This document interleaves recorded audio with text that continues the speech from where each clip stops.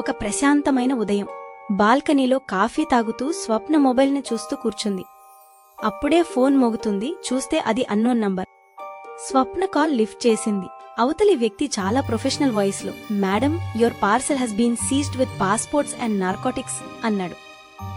ఒక్కసారిగా ఆమె ముఖం భయంతో ఫ్రీజ్ అయింది. స్కామర్ వెంటనే, madam, call is transferring to Mumbai cyber cell అన్నాడు. కాసేపట్లో కొత్త వాయిస్, మరింత స్ట్రిక్ట్, పోలీస్ లాంటి టోన్తో. అర్జున్ అనే వ్యక్తి మాట్లాడుతూ, మీ ఆధార్ని క్రిమినల్స్ వాడుతున్నారు, మీ మీద కేసు రిజిస్టర్ అయింది అన్నాడు. అది విన్న స్వప్న చెమటలు పట్టింది. కాసేపట్లోనే స్వప్నకు ఒక పీడిఎఫ్ వస్తుంది.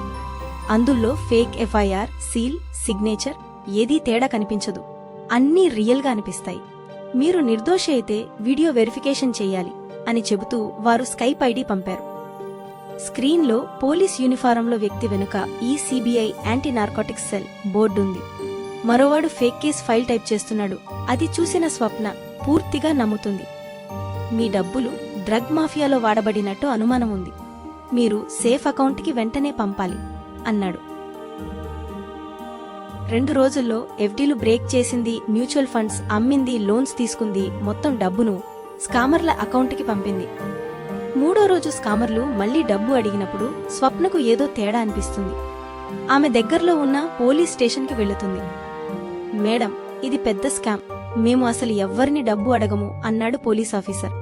అది విన్న స్వప్న కాళ్లు వణికిపోయాయి. ఇంటికొచ్చి కిటికీ దగ్గర కూర్చుని స్వప్న నిశ్శబ్దంగా బయట చూస్తూ ఆమె కోల్పోయింది కేవలం డబ్బే కాదు, మనశ్శాంతి, నమ్మకం, భద్రత అని గ్రహించింది.